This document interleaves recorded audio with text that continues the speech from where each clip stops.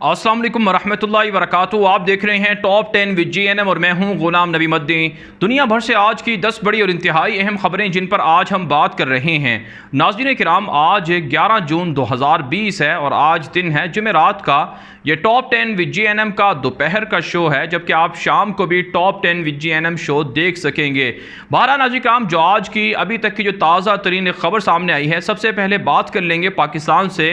पाकिस्तान के वज़ीर आज़म इमरान खान ने भारत के गरीब आवाम के लिए एक ऑफ़र दी है और पाकिस्तान के वज़ीर आज़म ने अपने ट्विटर अकाउंट पर भारत की हुकूमत को पेशकश की है कि अगर भारत की हुकूमत चाहे तो भारत के अंदर जो कोरोना की वजह से गुर्बत फैली है, लोगों को बेरोज़गारी में इजाफ़ा हुआ है, इससे निमटने के लिए पाकिस्तान अपनी मदद कर सकता है, भारत की मदद कर सकता है। जो कुछ पाकिस्तान के अंदर ख़त्ते गुर्बत को रोकने के लिए या जो गरीब लोगों की मदद के लिए एहसास प्रोग्राम शुरू किया गया था, उसी तरह का बिल्कुल जो मंसूबा है वो भारत को दिया जा सकता है। भारत उस पर अमल करके गरीब लोगों की मदद कर सकता है। पाकिस्तान के वज़ीर आज़म इमरान खान ने अपने ट्विटर अकाउंट पर एक रिपोर्ट भी शेयर की जिसमें यह कहा गया था कि 84% से ज़ायद भारत की आवाम कोरोना की वजह से गुर्बत का शिकार हुई है, उनकी आमदनी में कमी हुई है और इसी तरह से कोरोना की वजह से लोगों को बहुत ज़्यादा माली मुश्किलात का सामना है। नाज़रीन काम, पाकिस्तान के वज़ीर आज़म इमरान खान का ये बड़ापन है कि उन्होंने भारत की गरीब आवाम की मदद के लिए पाकिस्तान की तरफ से जो कुछ मुमकिन हो सके वो भारत की हुकूमत को देने की कोशिश की है। लेकिन भारत की दहशतगर्द मोदी हुकूमत किसी भी सूरत पाकिस्तान से ये पेशकश कबूल करने को तैयार नहीं होगी और ना ही भारत की मोदी हुकूमत चाहती है कि वो भारत की गरीब आवाम की मदद करे। दुनिया में सबसे ज़्यादा मज़दूरों का जो बहरान है, गुर्बत का बहरान है, वो भारत के अंदर है। दुनिया भर के बड़े बड़े इदारे ये कह रहे हैं कि कोरोना की वजह से भारत के अंदर गरीबों को बेइंतहा नुकसान हुआ है और अब तक लोग सड़कों के ऊपर भूख से मर रहे हैं। ऐसे में नाज़रीन किराम, इंसानी हकूक़ की तंजीमों को, आलमी इदारों को नोटिस लेना चाहिए कि मोदी की हुकूमत क्यों अपने यहाँ लोगों की मदद नहीं कर रही है। आगे बढ़ लेते हैं नाज़रीन किराम, जो आज की दूसरी बड़ी खबर है, यह भारत की धमकियों के खिलाफ पाकिस्तान के वज़ीर ख़ारिजा शाह महमूद कुरैशी ने भारत को एक पैगाम दिया है। भारत को यह कहा है कि जो कुछ लद्दाख के अंदर चाइना भारत के साथ कर रहा है उस पर भारत तवज्जो दे। पाकिस्तान अपना दिफा करना जानता है, पाकिस्तान को भारत धमकियां ना दे, बल्कि चीन के साथ जो झगड़ा चल रहा है भारत का, उसे निपटाए। पाकिस्तान के वज़ीर ख़ारिजा ने तंज़िया अंदाज में कहा कि कश्मीर और इसी तरह से जो कुछ कोरोना की वजह से भारत की अंदरूनी सूरत हाल है, सियासी सूरत हाल है, उससे तवज्जो हटाने के लिए पाकिस्तान के ख़िलाफ़ मोदी की हुकूमत बयानबाजी ना करे और अपनी अंदरूनी सूरत हाल को देखे।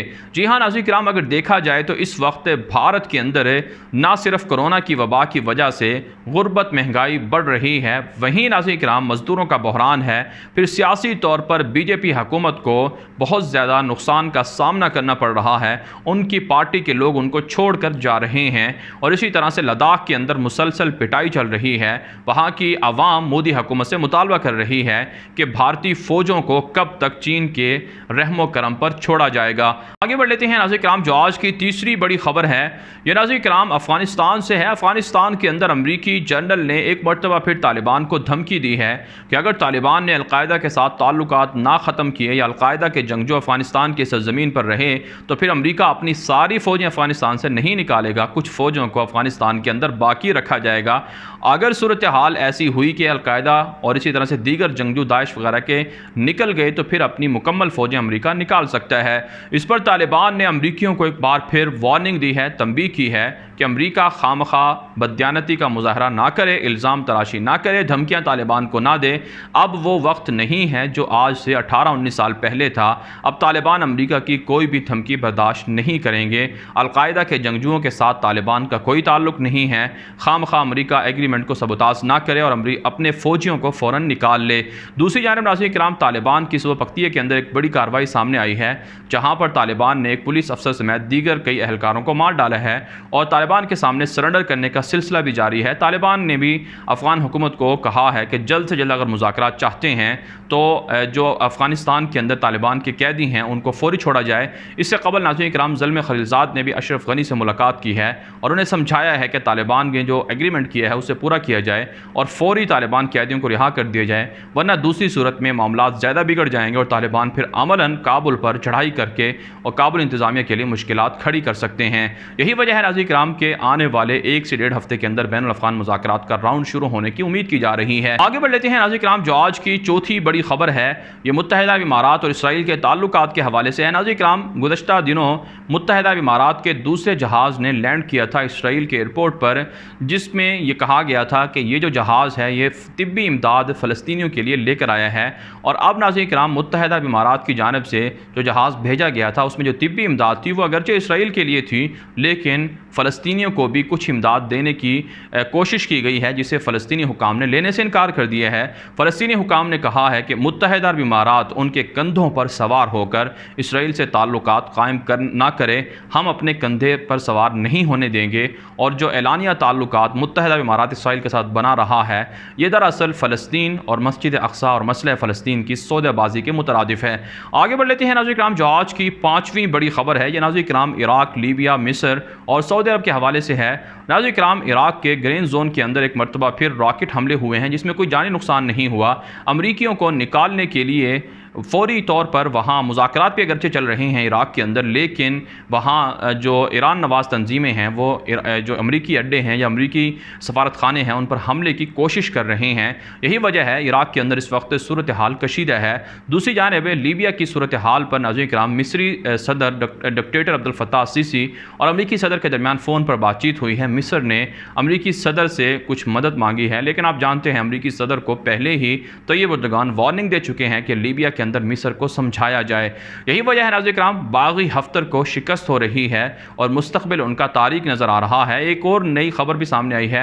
इंडिपेंडेंट जो बरतानिया का मशहूर मीडिया नेटवर्क है उसने रिपोर्ट दी है कि $55 मिलियन से ज़ायद का खसारा हुआ है हफ्तर बागी को, जिसने बैरूनी दुनिया से असलहा ख़रीदने के लिए ये रकम तो अदा की लेकिन उन्हें असलहा नहीं दिया गया। इसके अलावा मोहम्मद बिन सलमान ने जो अक़वाम मुत्तहिदा के जनरल सेक्रेटरी हैं उनसे फ़ोन पर बातचीत की है और ख़ित्ते के मसाइल पर गुफ्तगू भी की है। बढ़ लेते हैं नाज़रीन किराम, जो आज की छठी बड़ी खबर है ये सऊदी अरब से है। नाज़रीन किराम, आप जानते हैं सऊदी अरब और अमेरिका के ताल्लुकात इस वक्त कशीदा हैं। पेट्रोलियम मसनूआत में इजाफे या आप यूँ कह सकते हैं पेट्रोल के हवाले से जो यूरोप और इसी तरह से रूस और सऊदी अरब के दरमियान जंग थी उससे सबसे ज़्यादा नुकसान अमरीकी कंपनियों को हुआ था। अमरीका ने सऊदी अरब के ख़िलाफ़ पाबंदियाँ लगाने, सऊदी अरब से अपनी फ़ौजें बुलाने का ऐलान किया था। यही वजह है नाज़रीन किराम, अमरीका ने पैट्रियट मिसाइल सिस्टम सऊदी अरब से निकाल लिया था और कई फ़ौजी अड्डों से अपनी फ़ौजें भी वापस बुला ली थीं और मुसलसल सऊदी अरब को असलहा बेचने, सऊदी अरब में फ़ौजें अमरीकी रखने, इस हवाले से अमरीकी कांग्रेस के अंदर, सेनेट के अंदर आवाज़ें उठ रही थीं। यही वजह है नाज़रीन किराम, अब सऊदी अरब ने भी अपना नया इत्तेहादी तलाश कर लिया है। सऊदी अरब ने बरतानिया से मदद तलब की है और बरतानिया ने अपनी जदीद जो जंगी फ़ौज है वो भी भेजी है और साथ साथ जो जदीद मिसाइल सिस्टम है, जिस तरह से पैट्रियट मिसाइल सिस्टम है या रूस का जो S-400 मिसाइल सिस्टम है, उसी तर्ज का बरतानिया ने भी अपना मिसाइल सिस्टम सऊदी अरब भिजवाया है। यूँ आप समझ सकते हैं कि सऊदी अरब और अमेरिका के ताल्लुकात अब मज़ीद जो हैं वो कशीदा होने जा रहे हैं, क्योंकि सऊदी अरब अब बरतानिया से मदद ले रहा है, जो एक तरह से अमेरिका से ताल्लुकात ख़त्म करने की अलामत है। 80 साल गालिबन हो चुके हैं अमेरिका और सऊदी अरब के ताल्लुकात को, लेकिन अब सऊदी अरब ने अपना नया इत्तेहादी तलाश किया है। लेकिन सऊदी अरब को फिर भी दूसरों के कंधे पर सवार होकर अपने दिफा की बजाय ख़ुद अपने हाथ से इतना टैलेंट पैदा करना चाहिए, पाकिस्तान से मदद लेनी चाहिए और तुर्की से ताल्लुकात अच्छे करके तुर्की और पाकिस्तान दोनों की फ़ौजें अपने यहाँ रखनी चाहिए, बजाय इसके कि बरतानिया, अमरीका या रूस वगैरह से मदद ली जाए, जो किसी भी सूरत सऊदी अरब के या मुसलमानों के किसी भी सूरत दोस्त नहीं हो सकते हैं। आगे बढ़ लेते हैं नाज़रीन किराम, जो आज की 7वीं बड़ी खबर है ये इसराइल से है। इसराइली मीडिया पर खबरें चल रही हैं कि अगर इसराइल ने गैर कानूनी यहूदी बस्तियों को इसराइल में ज़म करने का ऐलान किया या फ़ैसला किया या शुरू की, इस पर अमल दरामद शुरू किया, तो इससे यूरोपीय मालिक की जानिब से इसराइल पर ख़तरनाक किस्म की पाबंदियाँ लग सकती हैं। नेतन्याहू इसी वजह से परेशान हैं और यूरोपीय मालिक से राब्ते में भी हैं, जबकि उर्दन ने इसराइल पर हमला करने की एक मरतबा फिर धमकी दी है कि अगर मगरबी उर्दन के इलाकों में कायम गैर कानूनी यहूदी बस्तियों को इसराइल में जम किया गया तो फिर एलानिया जंग होगी और इस वक्त सूरत हाल इंतहाई कशीदा जारी है। आगे बढ़ लेते हैं नाज़रीन किराम, जो आज की 8वीं बड़ी खबर है। नाज़रीन किराम, यूरोप भर के अंदर सियासी पनाह गुज़ीनों की जो तादाद है उसमें कमी वाक़ई हुई है। कोरोना की वजह से यूरोप ने अपनी सरहदें बंद कर रखी हैं। यही वजह है 10 साल के बाद पहली मरतबा यूरोप के अंदर मुख्तलिफ मुल्कों से हिजरत करने वाले महाजरीन की जानिब से सियासी पनाह की दरख्वास्तों में कमी आई है। सबसे ज़्यादा जो दरख्वास्तें अब दी जा रही हैं यूरोप के अंदर पनाह गुज़ीन होने के हवाले से वो शाम के मुसलमानों की तरफ से है, फिर उसके बाद अफ़गानिस्तान के महाजरीन का नंबर है और उसके बाद वेनेज़ुएला का नंबर है। आप जानते हैं शाम के अंदर, अफ़गानिस्तान के अंदर यूरोप की नेटो अफवाज ने और अमेरिका ने कितनी बर्बरियत का मुजाहरा किया कि शाम से और अफ़गानिस्तान से लाखों लोग अब भी हिजरत करने पर मजबूर हैं, जो यूरोप के अंदर अपनी सियासी पनाह लेने के लिए दरख्वास्तें देते हैं। आगे बढ़ लेते हैं नाज़रीन किराम, जो आज की 9वीं बड़ी खबर है ये पाकिस्तान से है। पाकिस्तान के अंदर कोरोना की वजह से माशी बहरान अगरचे जारी है। यही वजह है नाज़रीन किराम, पाकिस्तान के दोस्त ममालिक पाकिस्तान को कर्ज़ों में रिलीफ दे रहे हैं। सऊदी अरब ने और चीन ने पाकिस्तान से जो कर्ज़े लेने के लिए तारीख़ है उसमें कुछ मोहलत दी है और तकरीबन 3 माह या आप यूँ कह सकते हैं दिसंबर तक पाकिस्तान को रिलीफ दिया है कि दिसंबर तक पाकिस्तान कर्ज़ों की जो किस्तें हैं वो अदा कर सकता है, ताख़ीर से अदा कर सकता है। मुत्तहदा अरब इमारात से बातचीत जारी है।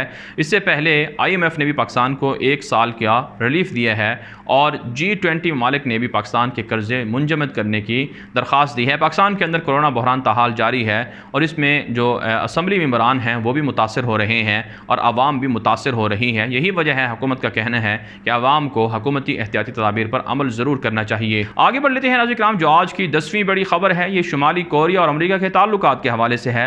शुमाली कोरिया ने एक मरतबा फिर अमेरिका को धमकी दी है कि अपनी ज़ुबान को लगाम दें, अपने अंदरूनी हालात को अमेरिका देखे, हमारे अंदरूनी मामलात में दखल अंदाजी अमेरिका ना करे।